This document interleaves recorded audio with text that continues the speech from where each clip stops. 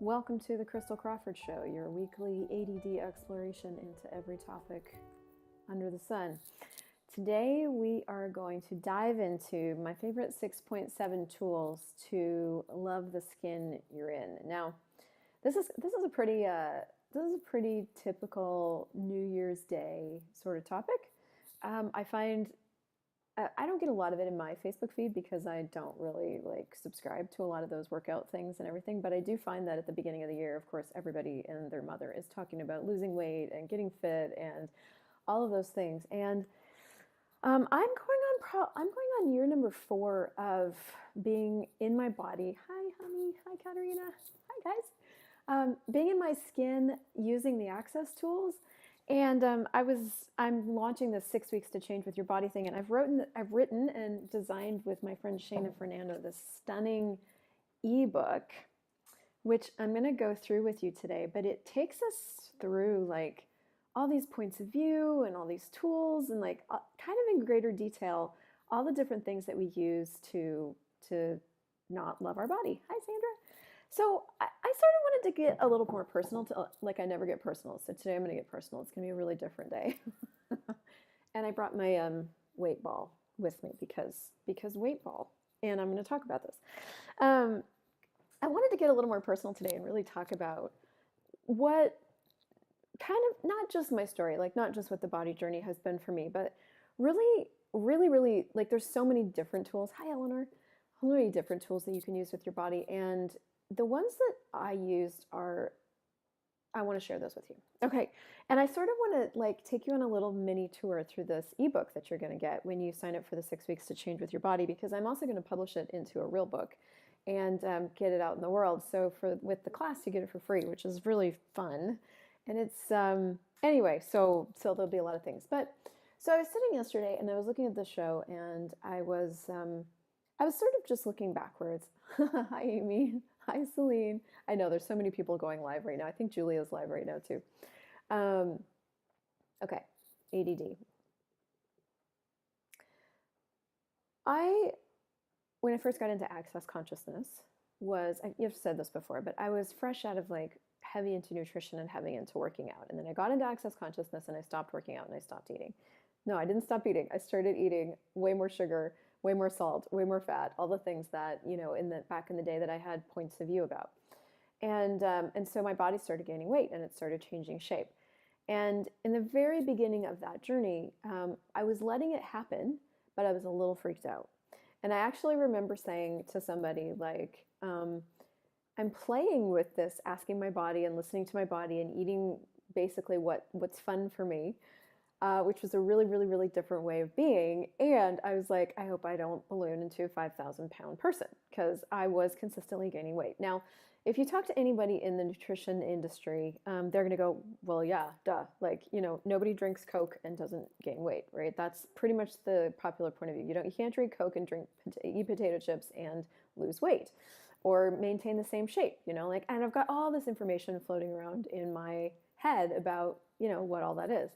So as it was happening, it was as if my body was proving my secret and hidden covert points of view, my actual points of view, right? It was playing with all these different tools and playing with asking, but secretly I truly believed that you really couldn't do that stuff and not gain weight. So guess what was happening? I was gaining weight.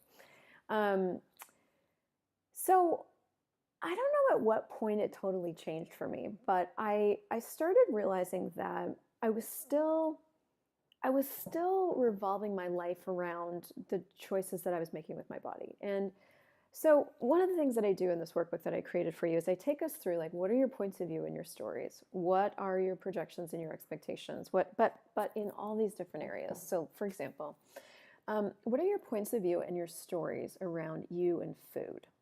Now, I didn't even really realize till I started looking at this for myself how much my point of view about money controlled what I chose with my body. I didn't actually let my body choose for a long time. I let money choose, or the lack of money, or my belief about money choose. So, for example, my point of view and my story about me and food was that I had so many, and I don't even know if I can put them all into words, but me and money and food is another area that I look at. So if it caught, there was a too much limit, right? So you could go to a restaurant and it would be like, well, that's expensive. I don't know at what point it tipped over into that's too expensive, but there was always a point where, with food, it tipped over into that's too expensive.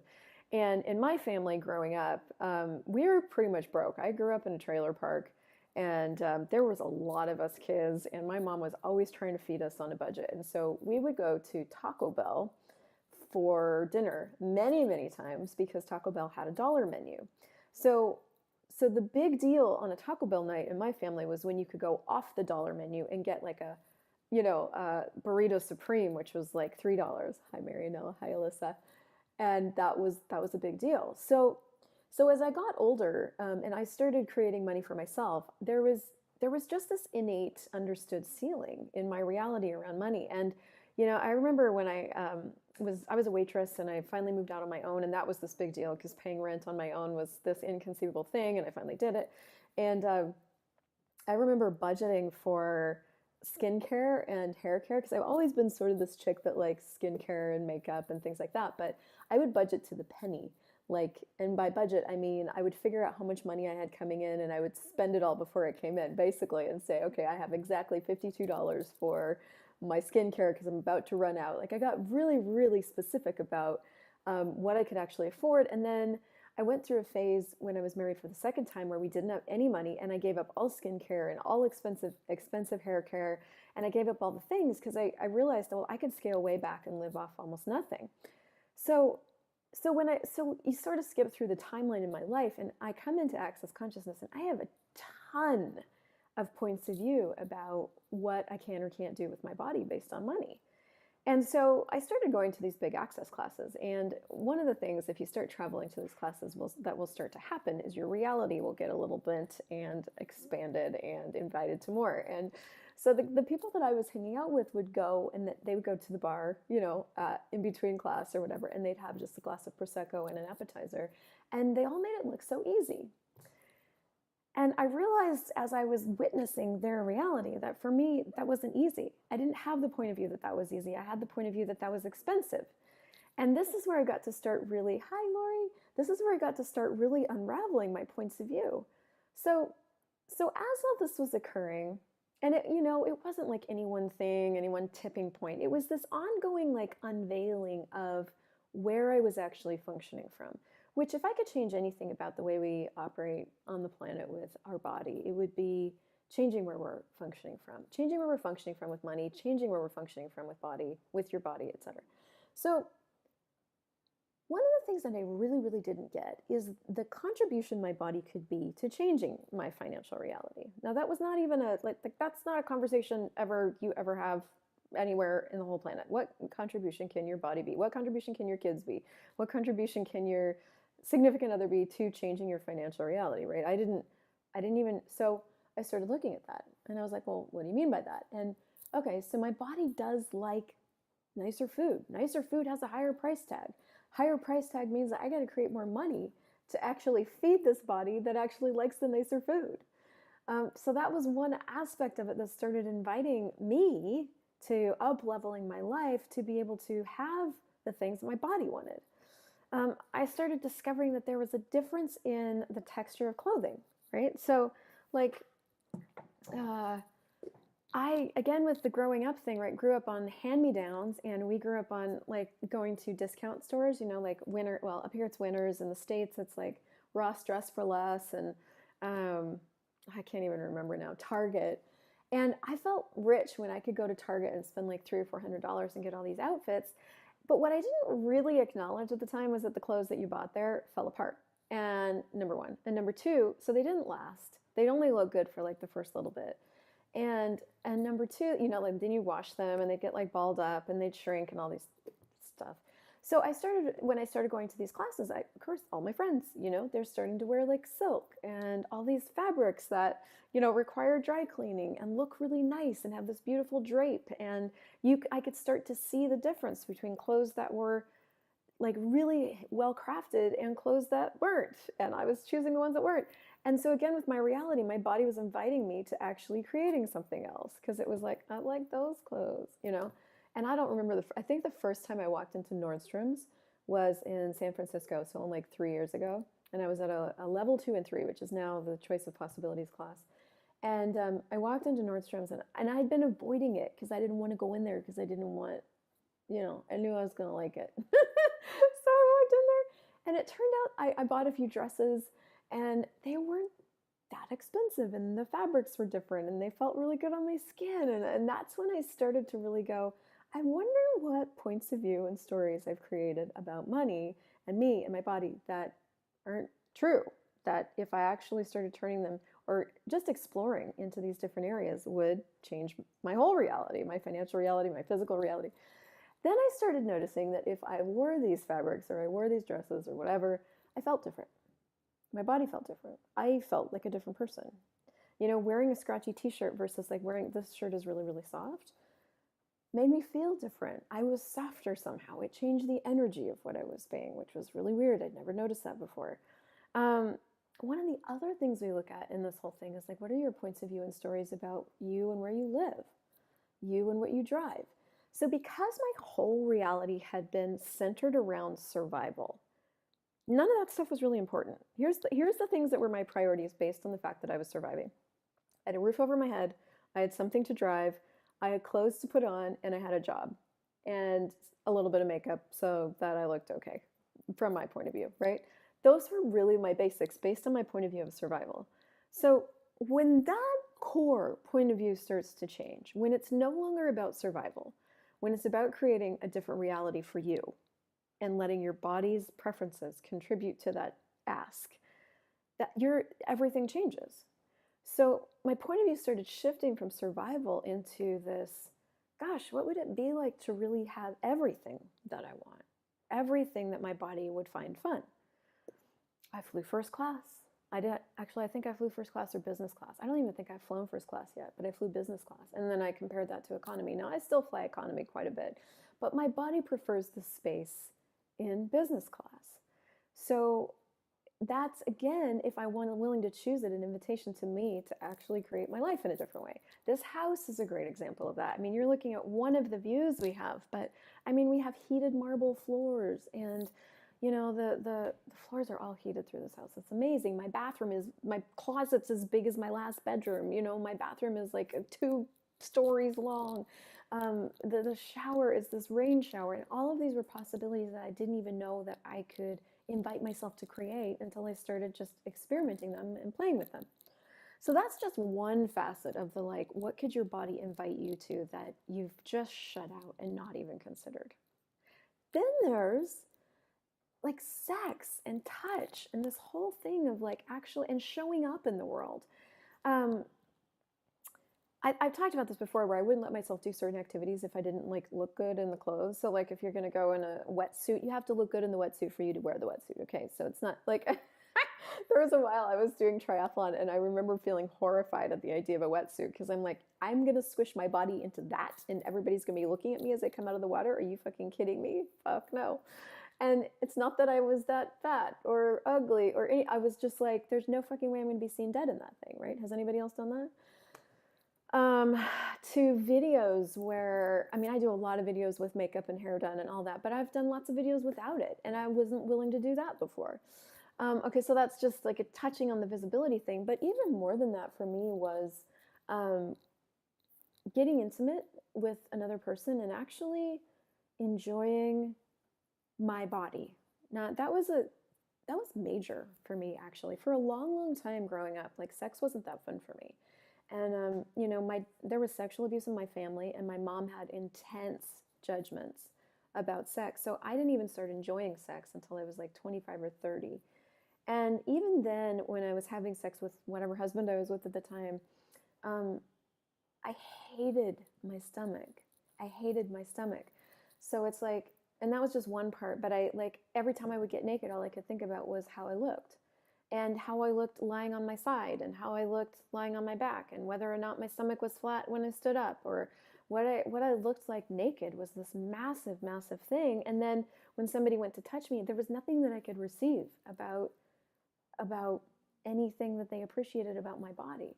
So basically everything that anybody would tell me about my body was this thing that just like rolled off, yeah, whatever. You're just horny. You're just a guy. You're just saying that. You're just saying that because I'm here naked with you. You would say that. I'm naked with you. I'm the only one naked with you. Of course I'm gorgeous, right?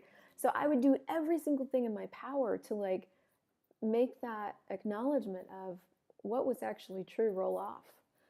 And then anytime and every time somebody would go around, reach around me to like touch my stomach, I was like, I remember the feeling inside. It was like this, like I would try to shrink back from my skin. And because I hated it. I hated it. It wasn't supposed to be there. It wasn't supposed to, they weren't supposed to like it. It wasn't supposed to be pooching. My whole fucking thing about everything about my body was about shrinking my stomach. And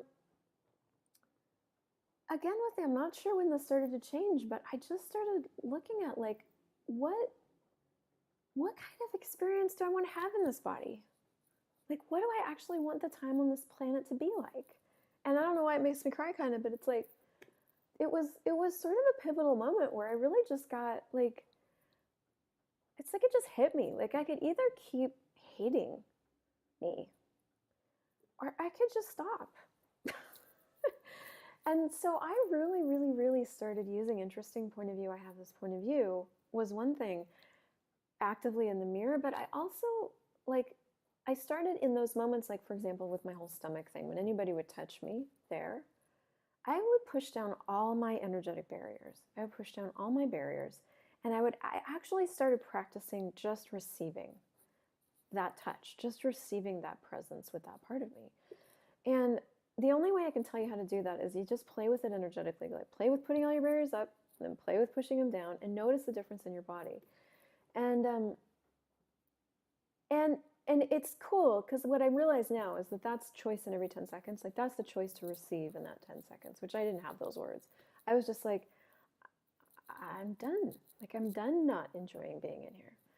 And then there was another moment where I was like, I was in a dress and I was feeling sexy. And then I looked down and I saw my rolls and I was like, I started going into judgment of me. And I was sitting there and I had just that day had this beautiful man come up to me and just tell me how beautiful I was and how sexy I was and how much he appreciated how I walked in the world. And I'm sitting there and I'm looking down at my rolls and I'm like, you know what? I can either keep hating this or I can just choose to be different with it. Like I can just choose something else. And so I just in those moments, like when I was sitting there, when I felt rolly or when I was looking at myself in the mirror or when I was laying on my side, I started like actually touching my body in those places. And I was like, thank you. Like I just started changing what I was being with my body in those places. Just thank you. Thank you for being here with me. Thank you for carrying me. Thank you for being sexy. Thank you for being something that, I get to play with. Thank you for just thank you. And it took a minute because I was so conditioned to do the other thing, but it started to change. And I don't know what I was doing the other day. I was on Meetup or something, and there was this Meetup group of like, I think it was called Hot Business Chicks or something, and they were chicks from like 21 to 30. And, I looked at all those girls, and it's not that every single one of those girls judges themselves, but when you go into downtown Vancouver, you see a lot of really beautiful women, long hair, thin, yoga pants, the whole nine, the eyelash extensions, the beautiful eyebrows, that are like not even in their bodies, that energetically are not even in their bodies. And I'm sort of like, you know what? Everything about this planet, like if you look outside, everything about this planet is about being. Like if you go out into the rain and you actually stand there and you receive the rain, there's something that changes in your world. If you go out into the rain and you resist the rain, then it's just annoying. Rain is just annoying. If you go out into the sunlight and you receive the sunlight, like that can change everything. If you go out into the sunlight and you're pissed that it's sunny and you're like bundling yourself up resisting the sun, then that changes your experience. And I was, it's like I actually wonder after today, like how much our bodies invite us to creating a life that we wouldn't be able to choose otherwise, right?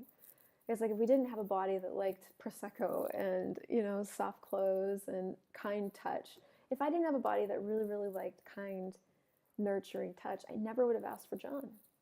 If I never would have asked for John, I never would have had this amazing journey that we've been on for the last year and a half. right? Like I actually chose a lot of men that were really judgmental in bed. So it was like, you know, it was kind of like porn sex as wham, bam, thank you, ma'am. And that was it. And which is fine if you want to get banged, I guess. But I started realizing that my body actually preferred different kinds of touch. And it was kind of a big choice to go that direction because it wasn't something that I'd ever asked for before.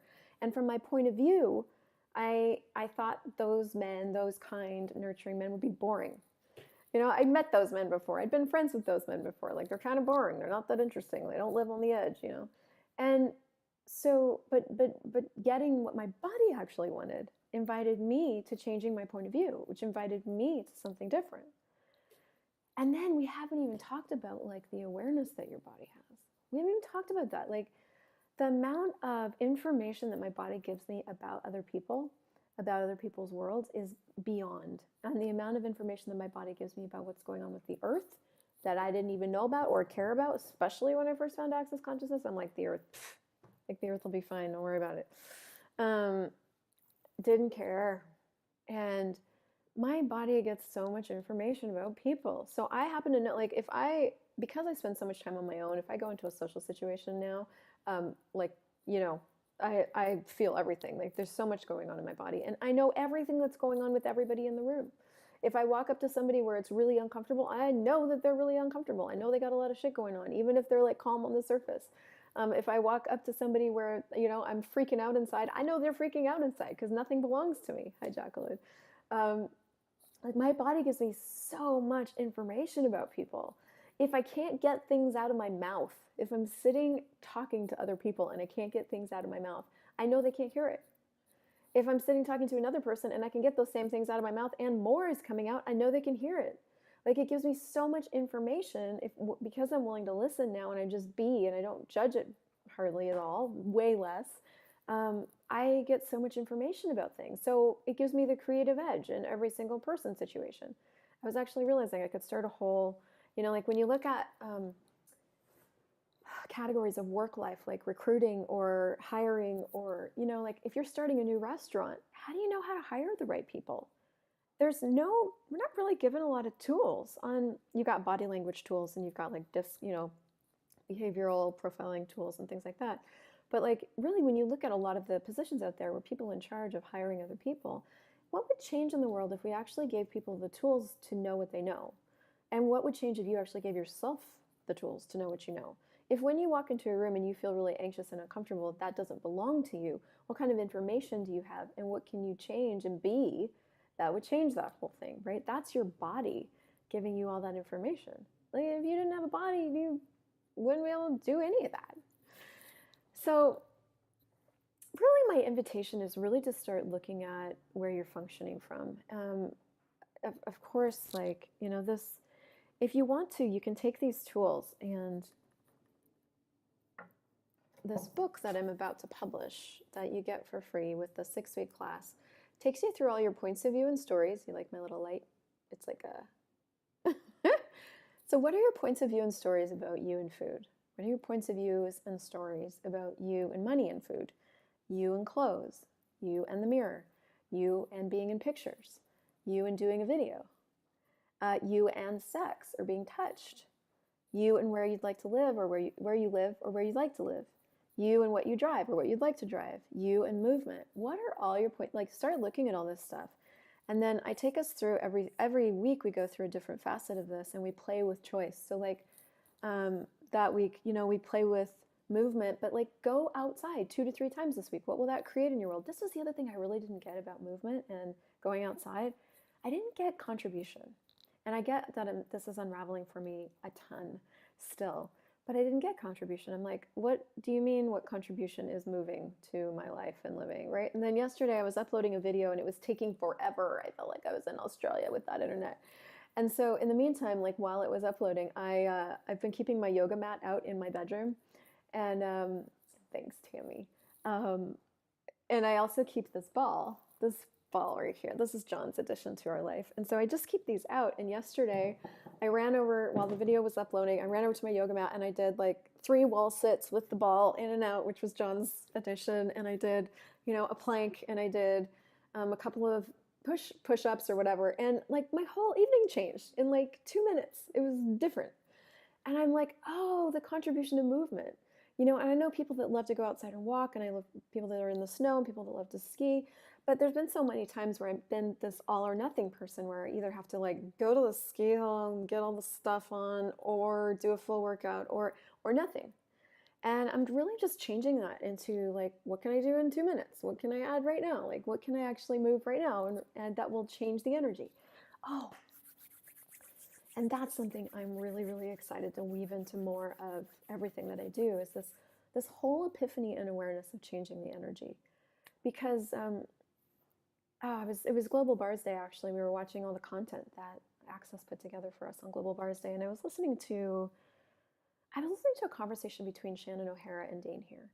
And if you're new to Access Consciousness, go check out both their YouTube channels. What gifts they are. But Shannon was really acknowledging Dane for being a pioneer in maestroing energy. And all of Dane's classes are about being and playing and changing and creating with energy as energy. And this was something that I didn't get my body played a part in. I really, really, really, really, really had a lot of value for my brain, my head, all the stuff that went up in here, and the rest of this was like, okay, it's fine, I have it. We'll sling it around a little bit, So, but he said something the other day. I was watching that video, and they talked about the key thing in everything that we do is the fact that we can just change the energy. That's the thing. That's the thing that we actually need to look to change all the time. And it was like I heard it for the first time. I mean, you've probably heard that before. You probably know that. But it went in different this time, because I really have had the point of view throughout my life that if the relationship with that other person isn't working, change the person. If the work environment is not working, change the work environment. Quit, move on. If the place you're living isn't working, move somewhere else. And sometimes that's true, but one of the things my choices recently are inviting me to, like with living with, the three of us in this house, with creating a relationship with John, is actually not throwing the baby out with the bathwater. When John and I have a rough week, even though I want to blow it all up and kick him out, and I'm sure vice versa, instead of doing that, I go talk to my friend, I get some questions, and I look at changing the energy. And it's been so amazing in the last week, especially, like the number of conversations that we've had. It's only been like 2 recently, where it was just like, where I started to just get it. Like, we don't need to change you in my life. We don't need to change me in your life. We need to change the energy. And so what can we be? What question can we ask? What thing can we change to change the energy? And literally, as soon as the energy is different, we're different. As soon as the energy is different, we're able to create again. As soon as the energy is different, we're different. That's it. So that's the thing about you and your body, is like, as soon as the energy with you and your body is different, it changes. Your body's able to change. You're able to change. And that's the contribution of movement. That's the contribution of adding 26 things to your life. That's the contribution of getting out in nature. So in the 6 weeks, we play with choice. That's the contribution of going to Nordstrom to see if you like those clothes or what fabrics you like. It changes the energy. It changes your awareness. It changes what you're willing to be for you. We play with visibility. Every week we have a visibility prompt. So it's like do your first video. What are you desiring to get out of 6 weeks? What comes up for you when you get on video? What have you been not choosing that if you would choose it would expand your whole life? So yeah, the contribution of things. And then the next week we go into feelings. So what are your feelings about you and food? What are your feelings about you and money and food? What are your feelings about you and clothes? So all the feelings that are controlling our life. Oh my God, I have to stop. I have 1 more minute. Then we go into, so many things. What are your judgments? What are your judgments about you and food? What are your judgments about, like, where are we functioning from that we're not even looking at? What are your projections and your expectations of you in regards to food, you and clothing? Where do you live in the world? This is another thing. I lived in small town Ontario, and nobody got dressed up. Everybody like wore bundled up and the thing. And so when I started, changing that, I'm like, I will not fit in if I change my clothing. I have projections. There's so many projections and expectations of what you're supposed to look like living in this place. Anyway, I gotta go. I have another Facebook Live, but what can you start to gift you and your body and your body's reality? You in your body, you and your body's reality. What can you start to choose that will start to let you acknowledge where you're functioning from and give you the gift of you again? I adore you. Please share this if it was a contribution, and I will see you next week.